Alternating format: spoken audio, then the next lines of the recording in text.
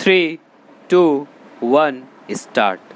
Sir, I am afraid I am not in a position to support the resolution which has been moved by my friend. I am not opposing this resolution because I am unmindful of the large number of abuses that exist in the corporate sector, or I am less enthusiastic myself in seeing that these abuses should be removed as early as possible.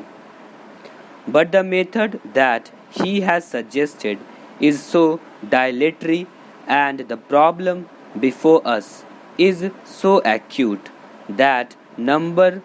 useful purpose will be served by appointing one more commission to investigate into the working of the corporate sector. When we have got enough data, and to my mind, we have already got enough statutory powers to see that these abuses are checked and, if possible, completely eliminated. I do not see what this commission can do, whether it can throw more light on the malpractices that are rampant in the corporate sector.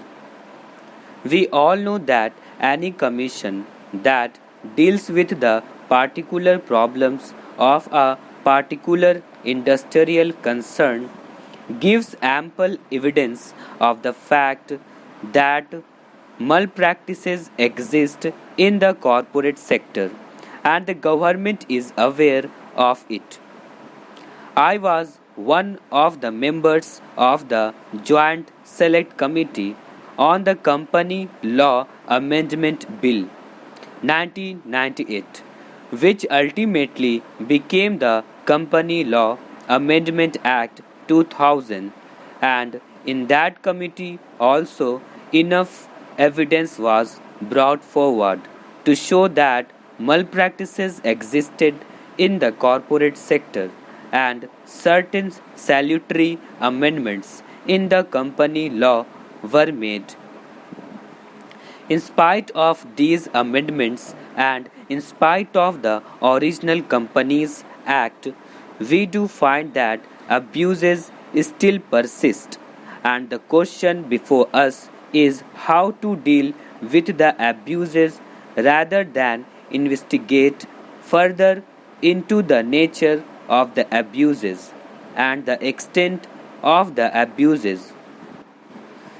To my mind, the real remedy for us is not that of appointing commissions and committees and thereby postpone the solution of an urgent problem, but to deal with the problem here and now with the agency which is at our disposal. This agency is the Department of Company Law Administration, which is working under the Ministry of Commerce and Industry of the Government of India.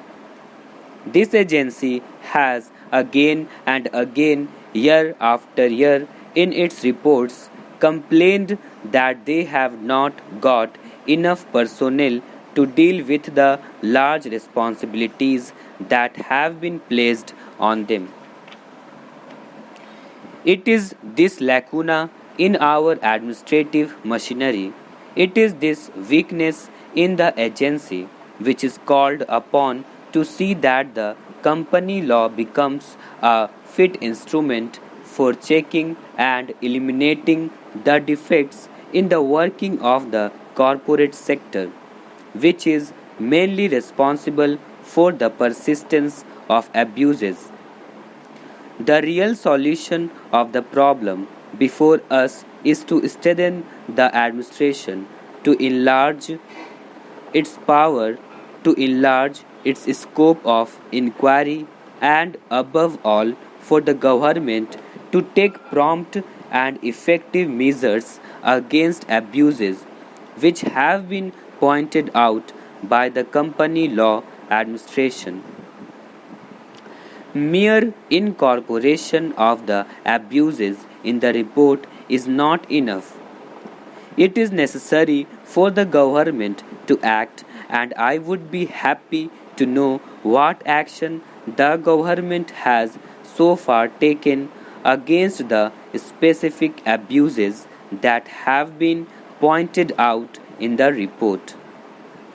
If these abuses to which the attention of the government is drawn in the report remain unpunished or had not received the attention of the government to the extent it deserves, there is likelihood of the impression gathering in the public mind that the government is not serious in enforcing this law and root out evils which this law is called upon to root out.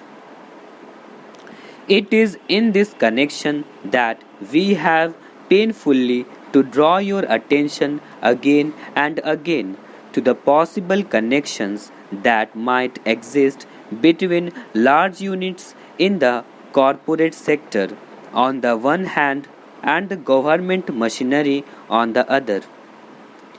There is an impression in the public mind that influence in right quarters is an absolute minimum necessary in order to get things done, and it is this which is responsible for the concentration of economic power in the corporate sector. The other day, the Prime Minister made a statement in the other house dealing with this problem and pointed out that an elaborate machinery exists to deal with the problem of licensing, that it is the policy of the government that licenses are only given according to the merits and the needs of the situation, and that when there are no compelling reasons, there is always preference given to new entrants and new entrepreneurs.